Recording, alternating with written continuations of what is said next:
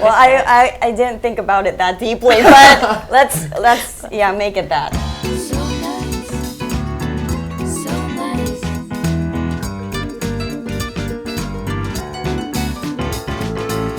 Hello. Hi. Look at all the cameras, one each time. All right, okay, cool. There we go. Hi. Hi. Thank you so much for your performance downstairs. It was a lot of fun. Thank you for having me. So you're Ray. Yes. Your name is Ray. Uh-huh. You think you have a lot to say? That's the lyrics from my song, so thank you for that. Nice. A little inside joke for Ray fans there. So you were born in Japan, but you grew up in France for a year and a couple years in New York. And then you came back and grew up the rest of becoming an adult in Japan. Yes. Those words make sense.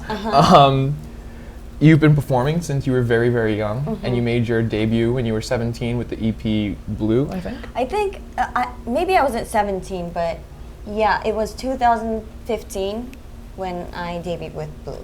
Okay, I'm not going to do the math in my head. Oh, okay. It's okay.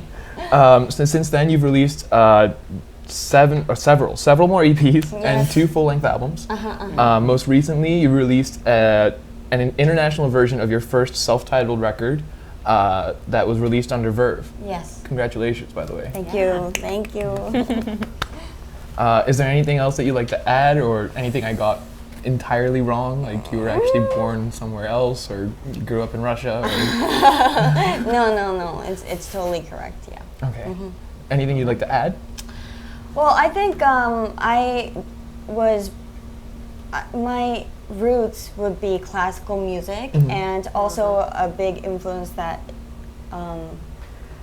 would be blues music. So I think those 2 genres mean a lot to me, and have that kind of essence is probably distinct in my original music too. Right. And I have been loving different types of genres throughout, my teenager days and days as working as a musician. So I really, sympathize with, for example, Harry's career, because he's been doing like a whole range of different types of music, and it's funny how it all sounds like Harry's music. Right. Yeah, so that's one of the things. That's not like any information about me, but that's, doing all these types of music, sometimes it's hard to keep your identity strong. Like some people might think, do you know what you're doing? Do you really want to do this type of music? But like most of the time, like I really want to do each of those genres. Yeah. But like, from a third person perspective, sometimes you gotta stick to what you're doing and stuff. But Harry is a really good role model for me in that point. Yeah, in that sense. It's like a chameleon, but despite him blending into different colors, he's still the chameleon. Yeah. Exactly. Yeah. This part we might cut out depending on when this comes out, but if you wanted to talk about what you might have coming out around the time of this video. So I'm actually doing a project called Kilt, which is a project of me collaborating with different artists that I have had relationships with. And I released a couple of digital singles from last year, I think, so 2021. And this year I'm planning to release a song with Harry too, so. Yeah. That's How was big. that? Well, it's like, it's a big bang, right, for me. Yeah, that's awesome. It's I can't believe it. Like when I offered him, I didn't think he would say okay. So that's one of the things that I admire about him. Like he's really open-minded and open to really like young artists and stuff. So That's so cool. Fantastic. looking forward to. Please check it out. Yeah. Great. Awesome. So that's who you are. Yes.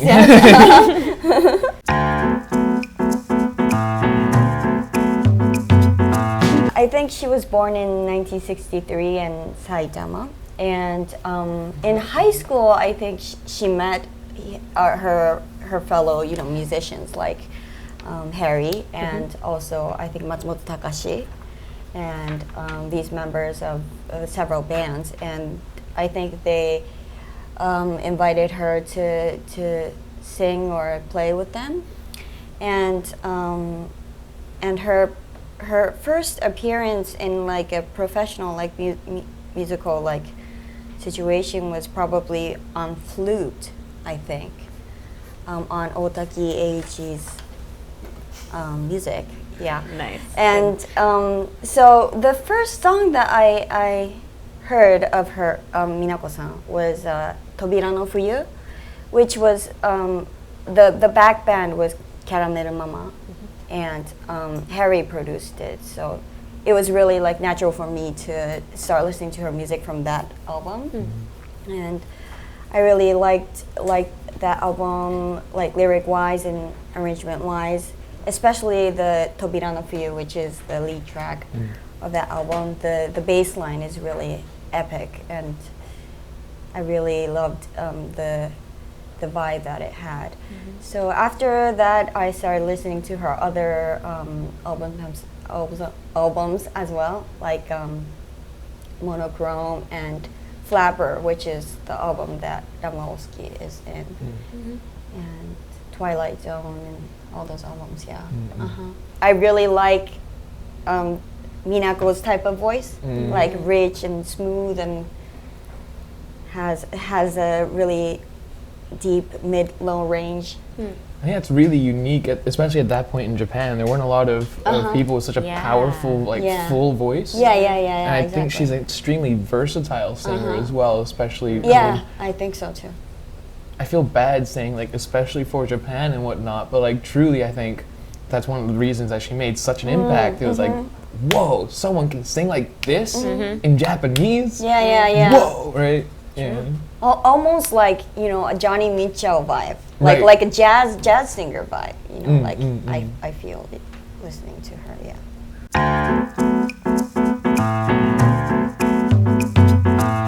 There was several songs that I did want to sing, but I don't know, like there's no like specific reason. Like I really like singing the song when I'm washing dishes and whatnot.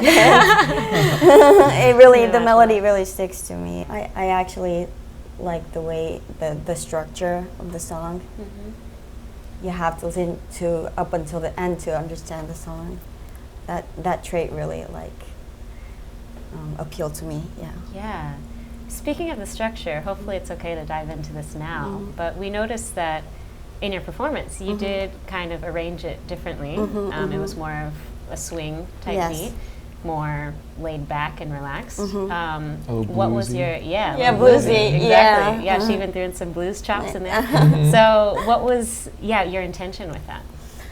Because the song is so good, like there's this rule inside of me where when you can sing the song with a single guitar and just vocals, and if it sounds good, it's a good song. If the song doesn't sound good when it's just stripped down, like, and Rum Wa Osuki is one of those songs where you can arrange it to blue or red or orange or pink, and it still sounds good. So we had a lot of options when we were rehearsing, and I thought like doing a shuffle blues twist to it was really original, and I felt good singing it. So we loved it. Yeah, I mean, to that end, I kind of wanted to talk about.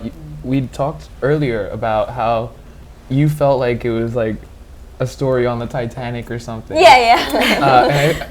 Because I was wondering why you'd chosen to take it in like a blues direction. Obviously, because the original is. I don't even know exactly what to call it, but it's got some Latin beats to it. It reminds me of, the song Brazil? Yeah. So it kind of reminds me of that. Dun, dun, dun, dun, dun, dun, yeah. And then Hosono's version is like bossa nova, right? So like there's this kind of, I'm sure it connects back to his kind of like doing like Orientalism from the perspective of what would have been called an Oriental person at the time. and kind of like subverting those tropes. But it's definitely got like a kind of tropical feel to it. So I imagine for him it was, or for when they'd originally like worked on it, it was much more of like going on a cruise or something like that. So the fact that like you talked about how like you felt it was like the Titanic, like someone's final meal on that ship. That boat is gonna sink. Those people are gonna die. But they don't know it's gonna sink at that point of the movie, right? Yeah. Of course, but the fact that like you're kind of, like that was your thinking, and it's a blues, finally clicked for me. I was like, oh, because the blues is obviously like generally like not very somber. happy. Yeah. Actually, wow. So it almost feels like you're foreshadowing what's gonna happen to them through the choice of your arrangement. At least in terms of like how you imagined the story would go, comes through in your arrangement. So I think it's really, really interesting. Well, I didn't think about it that deeply, but let's make it that. Yeah. Okay, it was totally your idea. It's totally your intention to imply that they're gonna die. Yeah.